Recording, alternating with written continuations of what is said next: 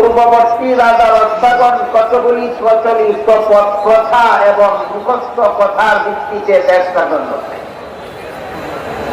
প্রথম ব্যক্তি মুহাম্মদুর রাসূলুল্লাহ সাল্লাল্লাহু আলাইহি ওয়াসাল্লাম, তিনি মদিনায় রাষ্ট্র প্রতিষ্ঠা করে সেই রাষ্ট্র পরিচালনার জন্য লিখিত সংবিধান তৈরি করেছিলেন। ইতিহাসের ভাষায় সেই সংবিধানের নাম ছিল মদিনা সনদ। এই মদিনা সনদের কিছু ধারা উপধারা আমার মনে হয় বর্তমান বাংলাদেশের সংকটময় পরিস্থিতির মোকাবেলার জন্য আমাদের আলোচনায় আনা দরকার, আলোচনা করা দরকার, শোনা দরকার, বোঝা দরকার। আমি আশা করি বাংলাদেশের সচেতন জনগণ ভালোভাবেই অবগত আছেন যে বর্তমান বাংলাদেশে একটা অস্থিতিশীল পরিস্থিতি সৃষ্টি করে দেশের মধ্যে সাম্প্রদায়িক দাঙ্গা সৃষ্টি করে দেশটাকে ধ্বংসের দিকে ঠেলে দেওয়ার জন্য দেশের শত্রুরা আগাজল খেয়ে লেগেছে। এহেন পরিস্থিতিতে দেশ রক্ষার জন্য সমস্ত দেশবাসীর, সকল দেশপ্রেমিকের জন্য সমস্ত দেশবাসীর একটি প্ল্যাটফর্মে এসে ঐক্যবদ্ধভাবে দেশের শত্রুতামি রুখে দাঁড়াবার দরকার। কিন্তু প্ল্যাটফর্মটা কি হবে,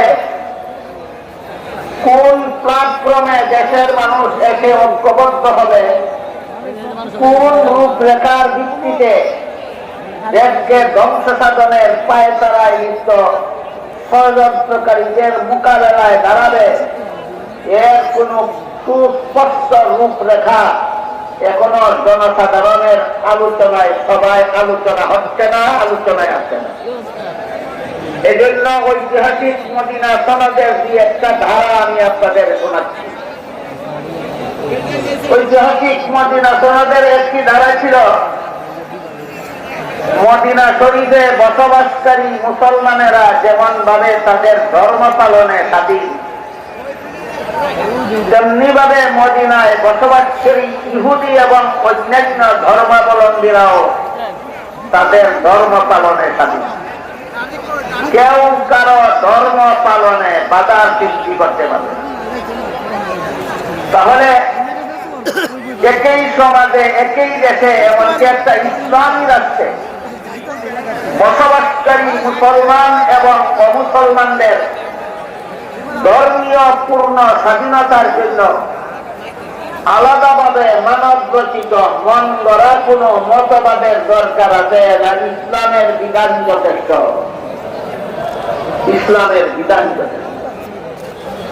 এ মর্মে পবিত্র কুরআনে আল্লাহ পাক রব্বুল আলামিন বলেন, লা ইকরাহা ফিদ্দীন। এর অর্থ হলো ধর্মের বেলায় বল প্রয়োগ চলবে না। কেউ কাউকে ধর্মান্তরিত করার জন্য চাপ সৃষ্টি করতে পারবে না, বরং সমস্ত ধর্মাবলম্বীরাই আপন আপন ধর্ম পালনে স্বাধীন। কথা বুঝে থাকতে বলুন, মদিনা সনদের ধারা এবং কুরআনের আয়াতের দ্বারা একথা সুস্পষ্টভাবে প্রমাণিত কিনা যে মুসলমানের দেশে সমস্ত ধর্মাবলম্বীরাই আপন আপন ধর্ম পালনে স্বাধীন। তাই এই স্বাধীনতার জন্য মানব রচিত কোন মন গড়া মতবাদের দরকার না, ইসলামের বিধান যথেষ্ট, বিধান যথেষ্ট। এই স্বাধীনতারও একটা সীমা রেখা আছে, সেটাও আমরা অনেক সময়। এই স্বাধীনতার অর্থ এ নয় যে মুসলমানেরা হিন্দুদের দুর্গা পূজার অনুষ্ঠানে মিষ্টি খেতে যাবে আর হিন্দুরা মুসলমানের ঈদুল আজহার অনুষ্ঠানে গরুর গোশত খেতে আসবে। এই স্বাধীনতার সীমারেখা এত দূর প্রসারিত নয়। এই অপকর্মটা সমাজে চালু করার জন্য দীর্ঘদিন অপচেষ্টা চালানো হয়েছে এবং বলা হয়েছে ধর্মদানদার উৎসব সভা। মুসলমানদেরকে হিন্দুদের দুর্গা পূজার অনুষ্ঠানে অংশগ্রহণ করাবার কুচক্রান্তে এই কথাটা বলা হতো দীর্ঘদিন যাবৎ, ধর্ম যার যার উৎসব খাবার। তাই দুর্গা পূজা হিন্দুদের ধর্ম হলেও মুসলমানেরা সেই দুর্গা পূজার অনুষ্ঠানে অংশগ্রহণ করে, সেখানের বুক খেতে ইসলামে কোনো বাধা নেই। আমি একথার জবাব দেওয়ার আগে বলতে চাই, ধর্ম যার যার অনুষ্ঠান যদি সবার হয়, তাই বলে যদি মুসলমানেরা হিন্দু ধর্মের দুর্গা পূজার অনুষ্ঠানে যোগদান করতে হয়, তাহলে তো হিন্দুদেরও মুসলমানের ঈদুল আজহায় গরুর গোশত খাওয়ার জন্য আসতে হবে। আজ পর্যন্ত কি কোন হিন্দু আপনাদের ঈদুল আজহায় গরুর গোশত খাওয়ার জন্য এসেছে? কিন্তু কোন মুসলমান দুর্গা পূজার অনুষ্ঠানে অংশগ্রহণ করেছে কিনা? ধর্ম যার যার অনুষ্ঠান সবার, এই ভ্রান্ত নীতি রইল কোথায়? যারা এই সমস্ত ভ্রান্ত নীতি উচ্চারণ করে তারাই এই নীতি লঙ্ঘন করে। আমি আপনাদের জিজ্ঞাসা করি, কেউ যদি বলে ব্যবসা যার যার মুনাফা সবার, কোন মাতালে অতি মানবে?